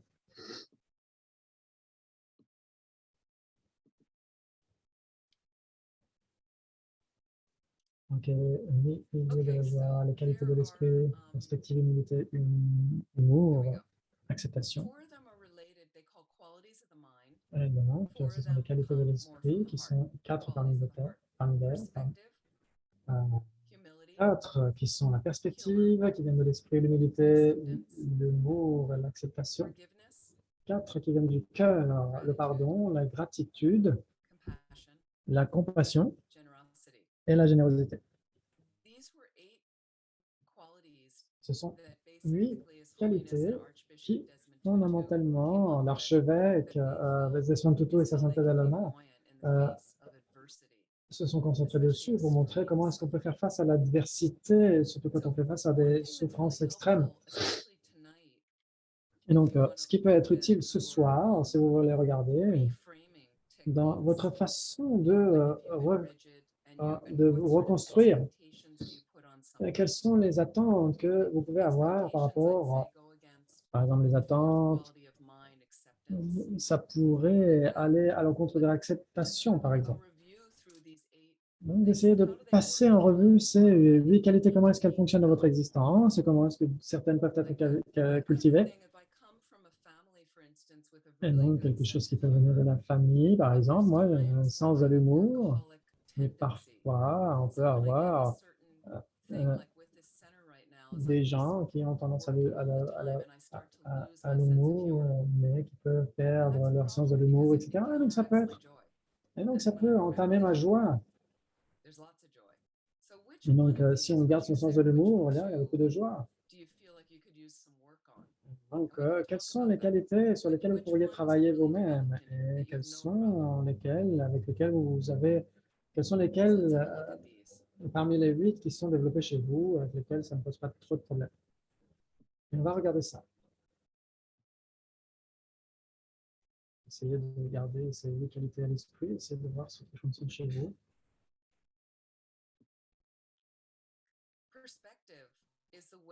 La perspective, c'est la façon dont on voit les choses, la signification qu'on obtient des choses. C'est comment est-ce qu'on voit le monde, comment nous-mêmes nous expérimentons le monde. ce qui change dans nos émotions quand on modifie la perspective. Donc, ça fait partie de notre esprit, la façon dont nous avons sur nos attitudes. La perspective, la vision des choses, c'est est-ce que nous avons une attitude plus heureuse, plus détendue ou pas. C'est ce que dit sa sainteté, le Dalai Lama dit. On devrait observer quand on a une situation, un problème. On devrait l'observer selon différents angles, selon différentes perspectives, plusieurs angles de vue. C'est ce qui nous permet d'avoir une vision plus vaste, plus complète, plus holistique de la réalité. Et quand vous faites cela, en fait, vos réponses peuvent être beaucoup plus constructives et cela fait sens. Il y a une autre chose, un exercice assez rapide sur la perspective. Quand on mentionne une personne difficile, et quand vous regardez cet enregistrement, et quand on met on appuie sur pause, en fait, c'est quand on essaie d'être attentif, essayer de voir, tiens, j'aimerais dire quelque chose de négatif à cette personne, je pourrais avoir une pensée négative vis-à-vis de cette personne. Et donc, on appuie sur le bouton sur pause. Et maintenant, quand on est sur pause, ce que ça veut dire? Ça veut dire avoir, métaphoriquement, observer autour de nous, qu'est-ce qui se passe en moi? Et donc, parfois, on pourrait prendre note.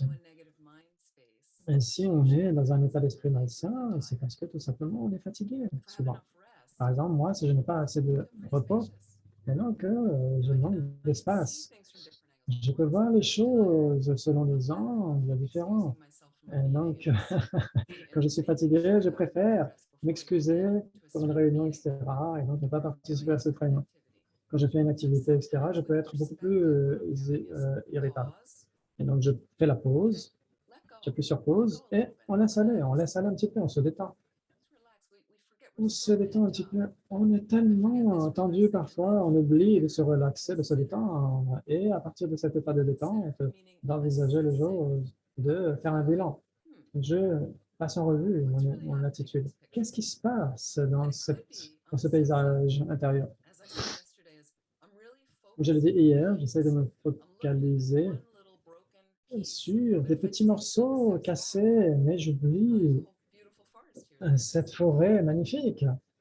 Il n'y a pas que ces petits morceaux de feuilles tombés par terre, il y a la forêt tout entière.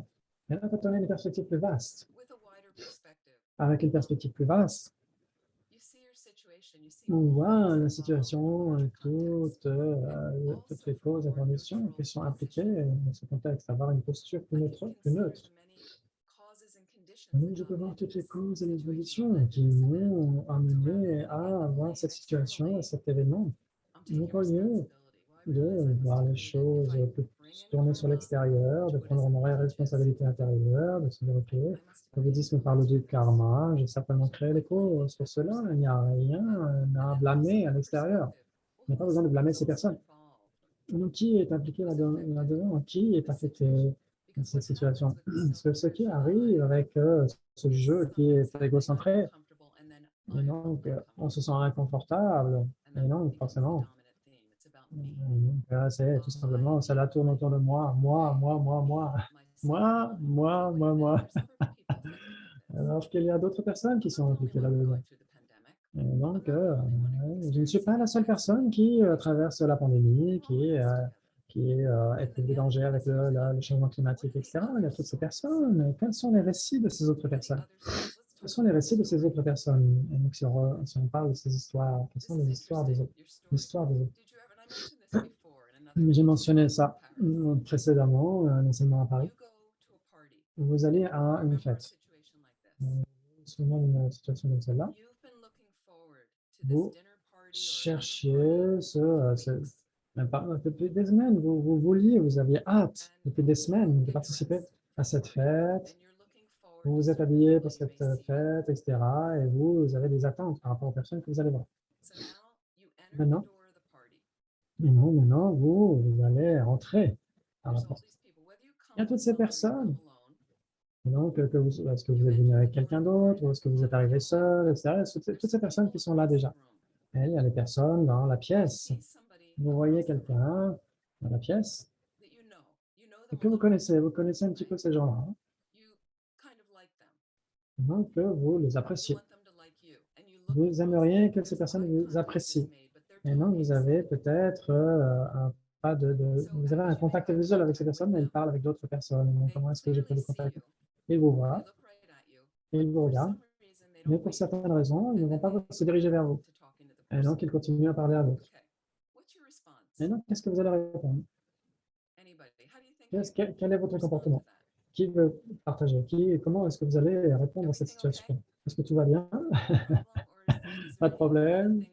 Ou est-ce qu'il y a quelque chose qui vient dans votre esprit? Il y a des gens qui sourient déjà.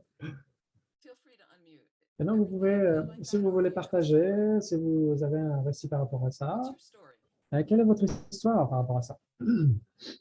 Moi, personnellement, j'irai vers le buffet. Voilà.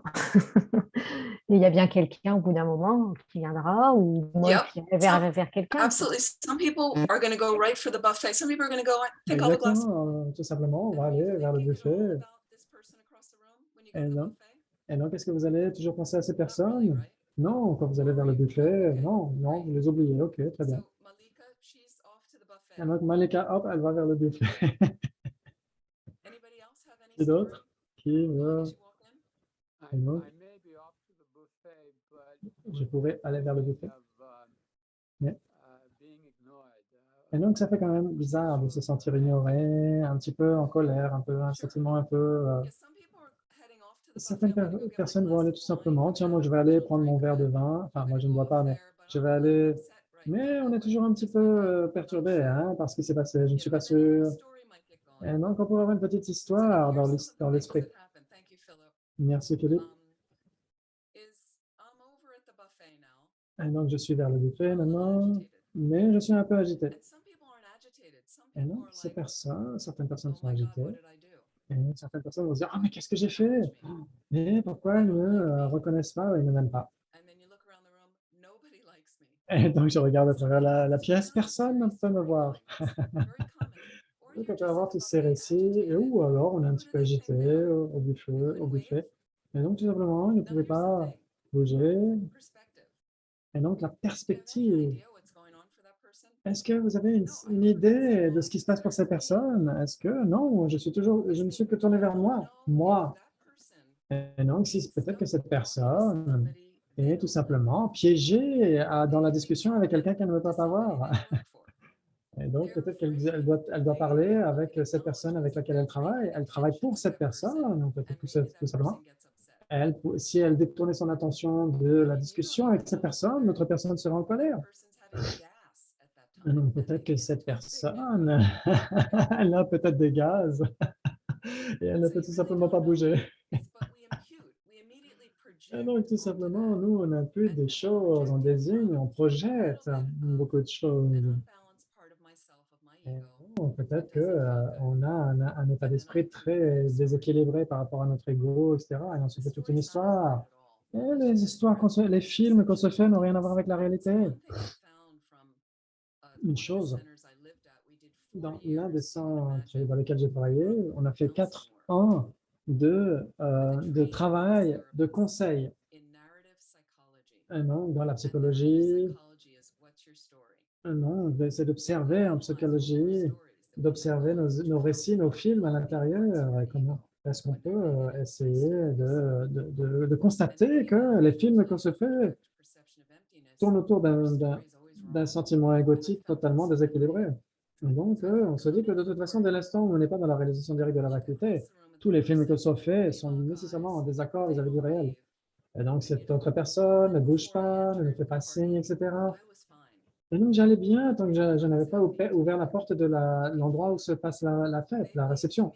Et là, ces personnes n'ont pas bougé vers moi. Je suis toujours la même personne, tout va bien.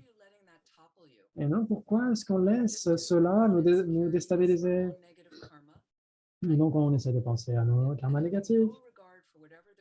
Et on n'a totalement aucun regard sur ce que peut éprouver l'autre personne. Donc, il y a des gens qui, peut-être que j'irai voir cette personne plus tard et que je pourrai parler avec elle plus tard, etc. Et j'aurais totalement oublié ce vent que j'ai eu au début. Et donc, on n'a tout simplement pas vraiment aucune idée de ce que se passe chez l'autre. Donc, j'en parlerai avec l'autre. S'il ne veut pas parler, tout simplement, il ne m'aime pas, il ne m'apprécie pas. Et donc, ce n'est pas un jugement. Je serais curieux. Tiens, peut-être que j'aurais fait quelque chose. Donc, je pourrais corriger cela. C'est la meilleure chose à faire. Et donc, si ils veulent continuer leurs histoires négatives à mon égard, etc., tout simplement, j'ai créé quelque chose de négatif par le passé. Donc, j'éprouve cela maintenant. Je peux faire des pratiques de purification. Je fais de mon mieux. Et donc, je peux laisser tout simplement tomber et continuer. Ça fait sens? C'est la pratique qu'on devrait faire tous les jours, au quotidien, autant que possible. Rééquilibrer nos films, nos histoires. Sur le coussin, on a un dialogue interne.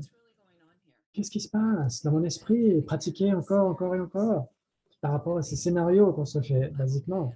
Donc, basiquement, je vais bien. C'est une technique d'autocompassion. Je fais de mon mieux, autant que je peux. Et parfois, certains jours, on se dit, ah, peut-être que j'ai pas fait de mon mieux, on est un petit peu dans le bas de la vague. Et donc, on essaye de s'encourager à nouveau. Carole, Carole, ton micro est coupé. Donc, j'avais juste éteint ta caméra puisque tu marchais autour et ça pouvait être un peu distrayant. Si, le micro est coupé. Le micro est coupé.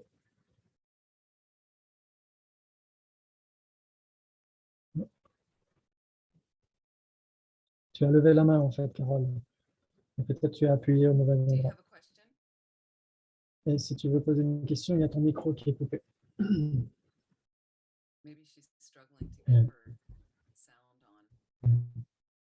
Est-ce que tu veux allumer ton micro? C'est en bas à gauche de ton écran. Est-ce qu'il y a d'autres questions? Ah, ça y est, c'est bon. OK. Oui, Carole? Attends, c'est bon. Ah, OK. On y reviendra. Il nous reste 5 minutes. OK. Ou tu peux l'écrire dans le chat. Peut-être que comme tu es à l'extérieur, c'est difficile de voir ton écran. Donc, essayez de penser à tous les films qu'on se fait. Est-ce que c'est un accord avec la réalité ou pas? Donc, par rapport à la perspective, souvent, on a tout simplement une vue fausse, on ne comprend pas nos actions. Et essayez de vous demander parfois, quand vous êtes dans une situation un peu négative, et donc, est-ce que cela fera encore, est-ce que cela sera important dans une heure, dans un mois, dans une année ou à la fin de ma vie? Je ne suis pas en train de minimiser les choses. Il y a des choses qui sont sérieuses. Il y a des choses qui sont importantes. Vous devez faire attention à la façon dont vous analysez les choses, mais il y a des choses tout simplement qui ne sont pas importantes. Utilisez votre sagesse pour comprendre. Donc, je travaille avec ces équipes de personnes qui sont vraiment dévouées, etc., à l'équipe de Médecine Bouddha. Et donc, parfois, il y a des désaccords. Et là, je me dis, mais ça, c'est pas grave. Quand je regarde la chose d'une manière beaucoup plus vaste, ce n'est pas important. Il y a d'autres choses, bien sûr, que je mentionnerai parce que c'est utile à mentionner. Mais je vais faire en sorte de le dire avec bienveillance, avec un sentiment de se sentir concerné authentiquement par les sentiments d'autrui.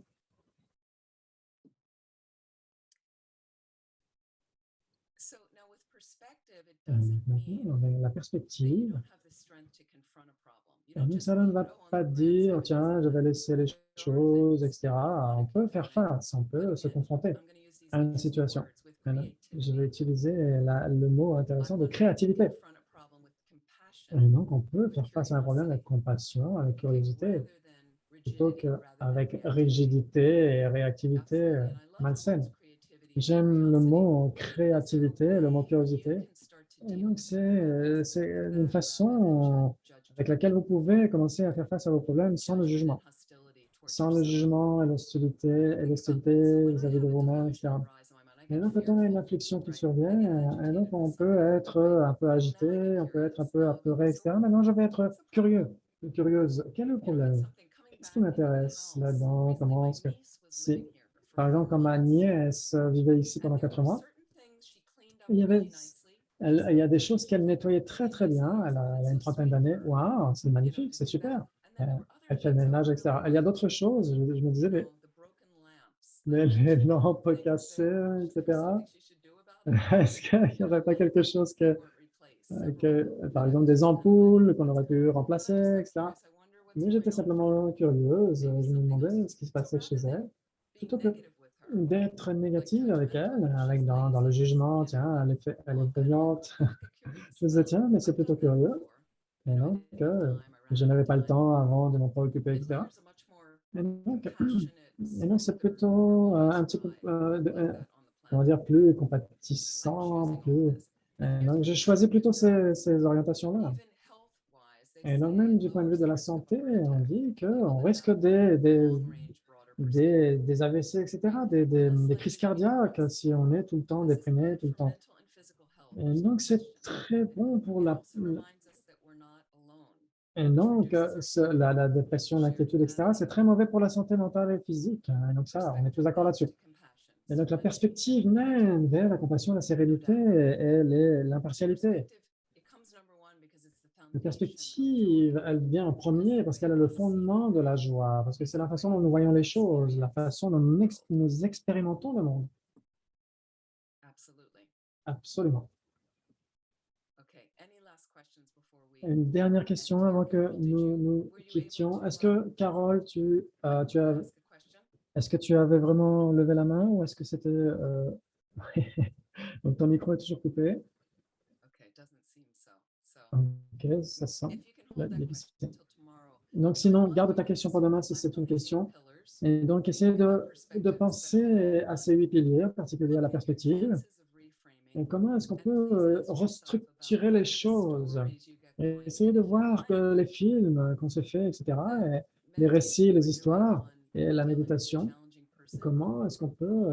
cette méditation que nous avons faite sur la façon de traiter avec une personne caractérielle, une personne difficile, vous pouvez avoir une version beaucoup plus abrégée. C'était déjà une version abrégée, mais vous pouvez à nouveau utiliser ce type de méditation qui pourrait être fait encore et encore. Donc, j'aimerais remercier à nouveau le centre de tout mon cœur, Arnaud, Vénérable Jimpa et Capucine, et toutes les personnes qui sont impliquées. Et c'est merveilleux de vous voir tous. J'espère que la prochaine fois, je serai en personne à Paris, parce que c'est un endroit qui est dans mon cœur. Et j'aimerais dédier toute l'énergie positive que nous avons créée pour dédier à tous nos frères, toutes nos sœurs en Ukraine, pour que cette situation difficile, tous les endroits où les conflits demeurent, puissent tous ces endroits être dénués de ces conflits, et pour toutes les personnes qui ont besoin, et les gens qui ont besoin d'aide physique et mentale, puissent toutes ces personnes obtenir cela pour la longue vie de nos précieux enseignants, spécialement sa sainteté de Dalai Lama, Sauveur Rinpoche. Et puis, toute information que nous avons essayé de recueillir, essayons d'y réfléchir et de les employer, de les utiliser. Il faut les cuire vous-même. Vous devez les cuire vous-même. Essayez de voir si ça fonctionne pour vous. Et si vous voyez que ça fonctionne, l'employez encore et encore. Si vous voyez que ça ne fonctionne pas, essayez de mettre ça de côté et d'employer autre chose. Et donc, j'espère que ça puisse, tout cela, nous mener vers l'éveil le plus rapidement possible pour être bénéfique à tous les êtres. Merci à tous.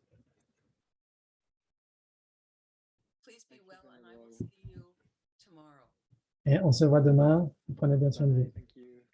Merci. Thank you, Venerable Amy.